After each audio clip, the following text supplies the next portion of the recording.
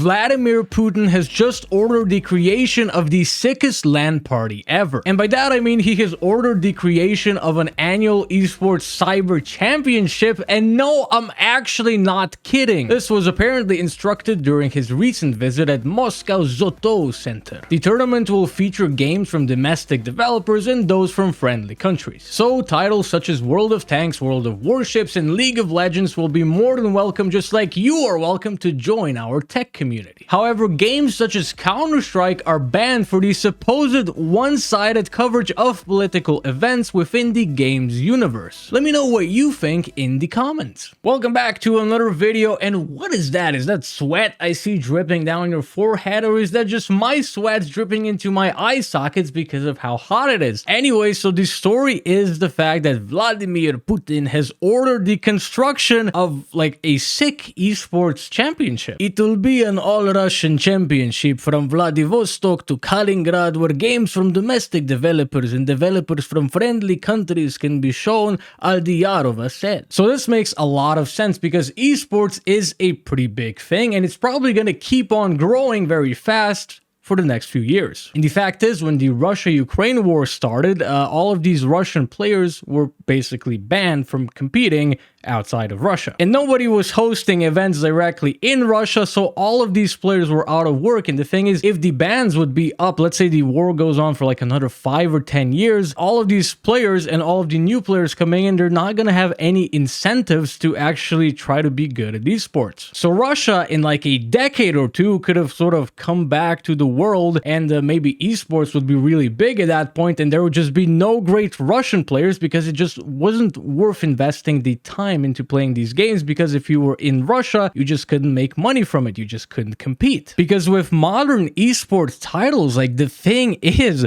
these players that are coming in and are 16, 17, 18 years old, they have well over 10,000 hours. Like, this takes a lot of dedication, and it probably doesn't make much sense for you to put quite so much time in if you literally cannot get anything back in return. So I think it does make sense, and honestly, it sounds kind of sick. Like, why, like, does not every country have that? Now, Counter-Strike is actually banned, which is a very popular game within Russia, and it's banned for one-sided coverage at political events within the game's universe. So what comes to my mind from my knowledge about Counter-Strike, which I have played for quite a few years, I think some of the terrorists on a few maps are considered Russian. I think. So, I would have a problem with that if I was Russian, I guess. Also, while we're talking about Counter-Strike, what is super interesting, a Finnish newspaper has essentially created a Counter-Strike map, because creating maps for Counter-Strike is pretty easy because Valve does provide tools for that. I have personally made a few maps myself back in the day, and this is how the map looks like, sort of like a war room thing. And here you have some of the events within the Russia and the Ukraine war.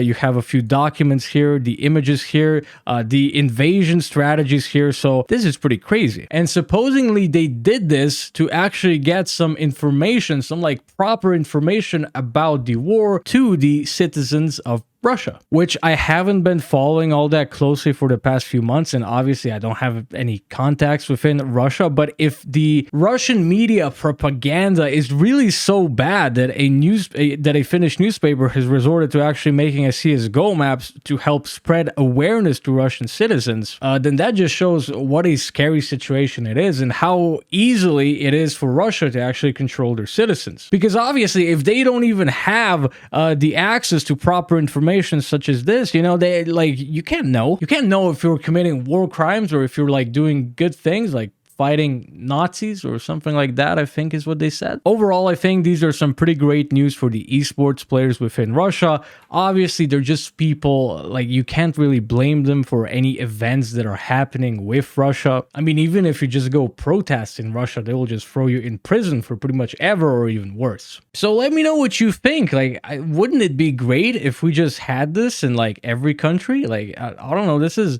pretty exciting. So let me know what you think, and hopefully you have a nice day.